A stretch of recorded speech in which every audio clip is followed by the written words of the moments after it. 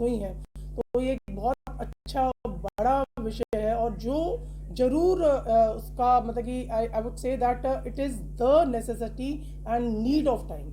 Pre marital counselling, शादी से पूर्व जो काउंसलिंग है, मेडिकल काउंसलिंग है। हम कहने का मतलब ये है कि HIV का हमारे टेस्ट होने चाहिए, या फिर थायराइड के टेस्ट होने चाहिए, या फिर हमारे कुछ ऐसे रोग होते हैं जो जेनेटिक रोग होते हैं, सो यदि वो मेडिकल काउंसलिंग होती है, या फिर कोई साइकोलॉजिकल इश्यूज़ है, या फिर कोई फिजिकल इश्यूज़ हैं, सो अगर प्री मैरिटल काउंसलिंग सेंटर्स होंगे, सो आई थिंक बहुत से जो लिव इन रिलेशनशिप से जो रिलेटेड मैटर्स होते हैं वो भी रिजॉल्व हो पाएंगे उससे पहले। सो कहने का मतलब ये है। दूसरा जी, मामले बढ़ते का सिस्टम, ये देखिए, शादी एक विवाह का एक ऐसा बंधन है that is the private affair and the state should not have any interference in that. जब आप दहेज की बात करते हैं तो सरकार ने सरकारी कर्मचारियों के लिए ऑब्वियसली एक एफिडेविट ऐसा कुछ सिस्टम बनाने का अभी विचार भी नहीं है। The thing is that, well let me be very categorical about it. As I said कि विवाह का जो बंधन है, this is we can not get into the whatever, so but can you equate that with the शादी के बंधन से? वो एक सही चीज़ नहीं है। And I think but awareness should be there. वो अवेयरनेस क्रिएट करने का काम हमारा है और उसके ऊपर हम जरूर विचार करेंगे। आपका बहुत अच्छा क्वेश्चन था।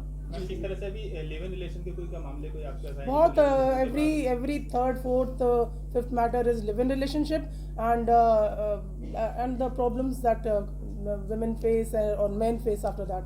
हमारे पास रेगुलर रूप में लिव इन रिलेशनशिप के बहुत मैटर्स आते हैं। मोर इम्पोर्टेंटली कि रूरल एरिया से भी, गांव के एरिया से भी इस तरीके के मामले आते हैं। संदेश देना चाहेंगे इस तरह के जो मैटर्स आते हैं आपको? देखिए, ऐसा है कि यदि किसी भी महिला ने या पुरुष ने, अगर वो लिव इन में आप रहते हैं या रहना चाहते हैं, तो ये आपका अपना डिसीजन है कि आप समझते हैं अपने आप को, आप 18 साल से बड़े हो चुके हैं या बड़ी हो चुकी हैं और आप एक अलग घर में रहना चाहती हैं एक ऐसे व्यक्ति के साथ जिसको आपको लगता है कि वो आपसे बहुत प्रेम करता है और आप उसके साथ हर तरीके के संपर्क में रहती हैं, चाहे वो आपका विवाह पूर्व में, and you believe in a liberal open life.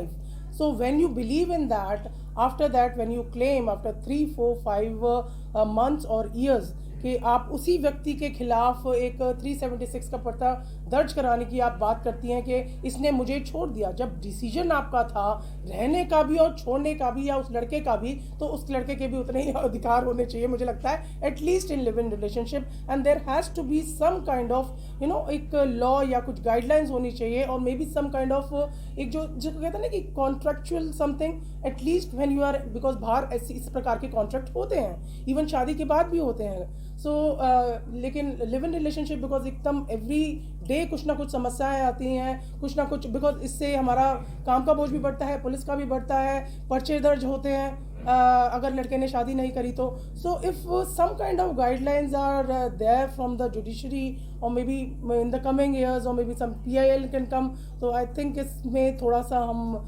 जो चेंजिंग जो परिवेश है इसमें कुछ चेंज आने की कुछ संभावना होगी। क्या आप जो कॉन्ट्रैक्ट मैरिज के जो पक्षधर हैं अभी, ये होना चाहिए इंडिया में?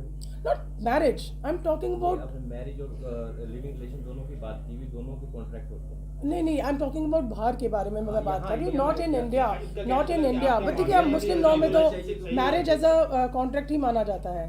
अगर हम मुस्लिम विवाह में माना जाएंगे तो एक लीगल परिभाषा में मैरिज इज अ कॉन्ट्रैक्ट, ठीक है, बट हिंदू मैरिज में इस प्रकार से नहीं है। यहाँ हम लिव इन रिलेशनशिप की बात कर रहे हैं। लिव इन रिलेशनशिप्स में यदि हमारे पास इतनी समस्याएं आ रही हैं, हर दूसरे तीसरे दिन इस प्रकार से हमारे को देखने, सुनने, समझने को मिल रहा है